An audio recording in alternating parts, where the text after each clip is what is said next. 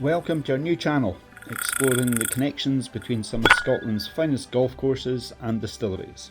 We're starting off in Grantown-on-Spey, in the heart of the Cairngorms, with a golf club formed in 1890 are embracing their history to reach out to a new audience. Exciting things are also happening in the local distillery scene, with Gordon MacPhail's new state-of-the-art distillery, the Cairn, just outside Grantown-on-Spey, as well as Tormore, bringing a new range of bottles to the market.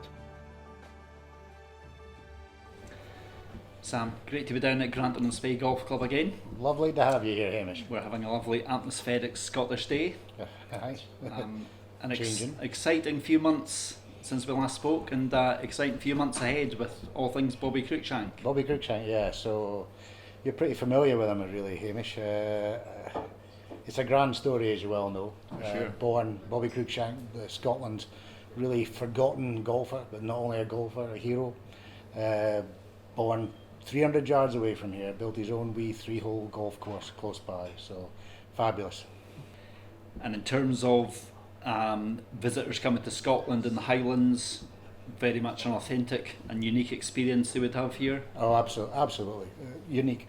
Well, just look at the surroundings, isn't it? It's fabulous. You've got everything. You've got the views, you've got beautiful clubhouse, and we've added hickories. Doesn't get much better than that. Yeah. The idea is, well, it's kind of multifaceted. We have Bobby Cruikshank, basically Scotland's forgotten golfer. We have a wonderful clubhouse that we could do with having more folk visit. Mm-hmm. And we also have a junior section that we want to promote. So the idea is that we bring people here, we talk to them about Bobby Cruikshank, we've got his granddaughter involved in it too, we have a short video with her on it.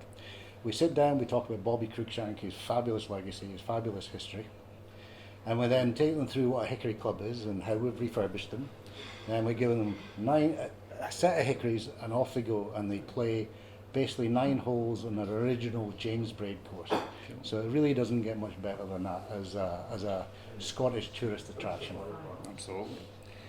And a very relaxed environment in the clubhouse here, and all the staff you meet.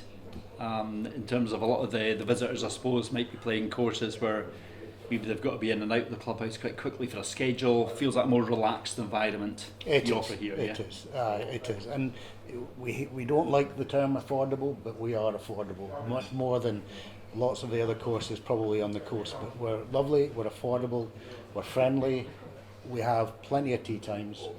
We'd like to have less tea times, but we have plenty of tea times. So it's a great event. Yeah, and the course itself, very approachable, not too long.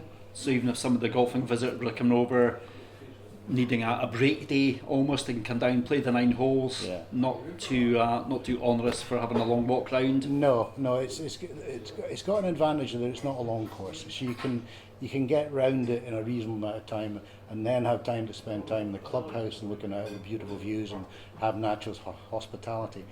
But it meets everybody's requirements. It's a course that high handicappers can play, but it's a course also that would challenge the low handicappers. It's in 3 different, it's got a lovely parkland bit, it's got a beautiful forest bit, and then it's got a bit close to the village. So it basically has variety, cool. Which I think all golfers are looking for. Yeah. And a great location in terms of exploring, certainly for folk also looking to have a lot of whisky afterwards. You can go further north to Tomatin. We're just minutes away from the new Cairn Distillery, and then just out onto the malt whisky trail to Speyside. Yeah, brilliant. It's really good for a Scotsman, never mind somebody visiting the place. So Absolutely. And for people, Sam, who won't know a lot about Bobby Cruikshank's professional career once he went across the States. Fascinating character, Bobby. Do you know he was 5'4" high. He could do the high jump at 5'10", so his party piece used to be jumping over the 5'10" bar and walking back underneath it. He ran the 100 yards in, I think it was 10.4 seconds, a record at what is now Stuart Melville's College. I think it's a record that stood for 60 years until a Scottish international rugby player beat it. When he went to the States, his record, summarising it, would be that he was runner-up twice in the US Open. He won 25 PGA recognised tournaments, and in 1927 he was the highest money winner on the PGA Tour. Wow. we kind of debate it, but if you added up all his successes, he's probably just behind Rory McIlroy in terms of UK golfers. So remarkable small man. Yeah, absolutely amazing. In a very different era of golf and prize money back then, I guess. Yeah, he'd be well minted if he had that record nowadays. Very hard work. His wife also was instrumental in setting up the PGA Tour by working out the logistics. They used to dot all over the place. Yeah. But she set up the tour such that they could travel in the one direction and mostly follow the weather too. Okay. Remarkable woman. Great golfer too. Steve, thanks for having us down to the course today. Welcome. And we're about to head out. We've got some decent weather to follow in the footsteps of Bobby Cruikshank, and you're going to play some hickories and show us some of the spots out in the course. Yeah, looking forward to it, Hamish.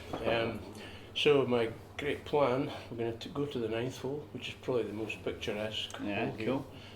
Gives you great sights of the where the Battle of Cromdale was fought. Brilliant.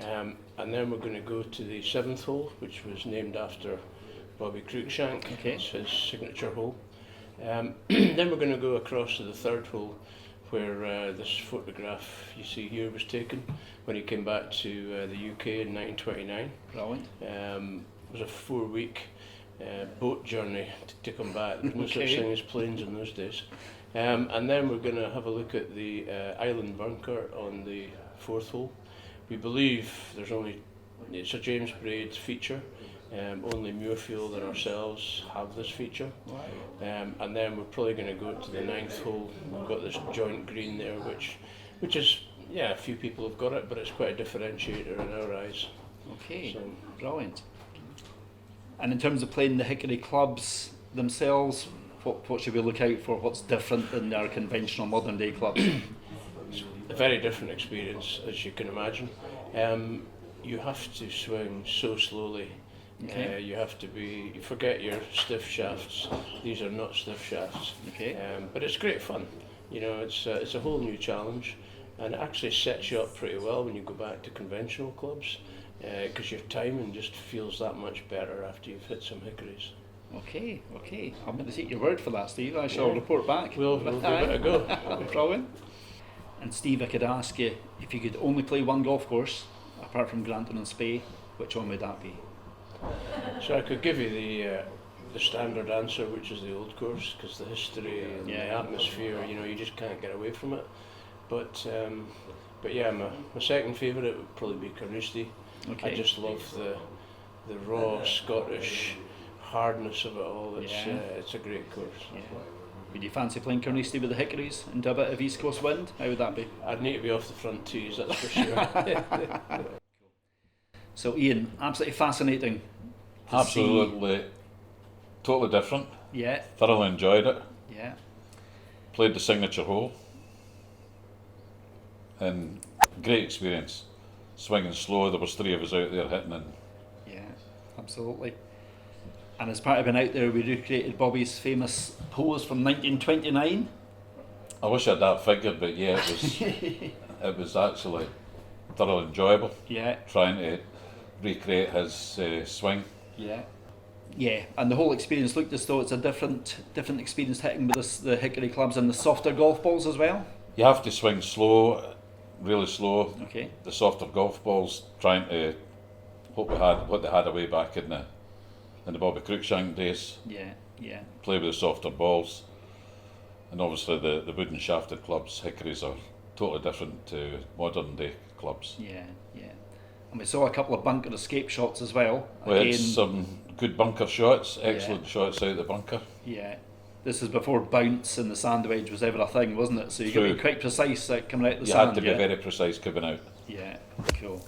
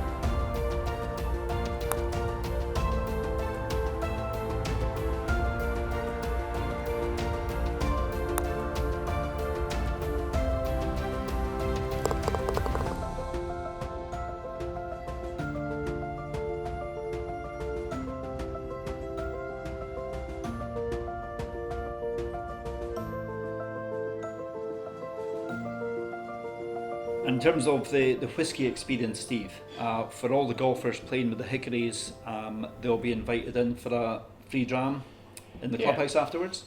Yeah, we kind of reckon after flailing about out there for 9 holes, they might be in sore need of a wee dram. Okay, so excellent. that's part of the offering. And obviously anybody that wants to take that further, got some free time and are interested in whiskies, then we can get you down to go through your full range. Yeah, for sure. And we did a little kind of trial run with the committee and some of the members back in February time there, so we thought there might be a couple of options. One, almost a tour around Scotland with different distilleries, all with a golfing theme, and maybe another one we might call Local Heroes, where it's more Speyside whiskies or nearby whiskies. So there are a couple of different options there. And for post-golfing experience, obviously we're in the heart of whisky territory here. Where would you recommend some of the visiting golfers might go to quench their whisky appetite? Well, locally we've got a new place opened in the last year and a half, 2 years, called the Cairn, which is less than 5 minutes from here. We've got Tomatin on the A9. We've got Tom and Tool at Tom and Tool Distillery, and also one on the road to Aberlour is one of my favourite buildings called Tormore. Yeah, okay. Yeah, very scenic from outside. Very isn't scenic it? from the outside, beautiful very striking, building. Isn't it? Yeah. Brilliant. We'll look forward to that. Tormore Distillery, one of the most recognisable distilleries as you travel through Speyside. Official bottlings have not been common over the years. Most whisky enthusiasts are more likely to have come across Tormore via independent bottlings, such as those from Thompson Brothers or Gordon and MacPhail. Under the new ownership of Elixir in May 2025, Tormore is coming back to the fore with 3 new 10-year-old versions under their Blueprint range. The bottles are being well received by the whisky community.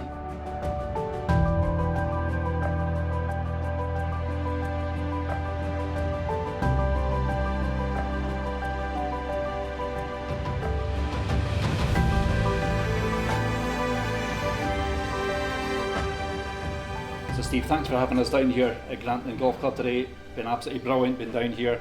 I thought we'd finish up with a wee dram and a toast. One of the whiskies that we regularly use on the golf themed whisky tastings is Tomatin Legacy. So I thought we'd have a wee dram to the legacy of Bobby Cruikshank. Why not? Slange To it. Bobby. Cheers. I'm liking that.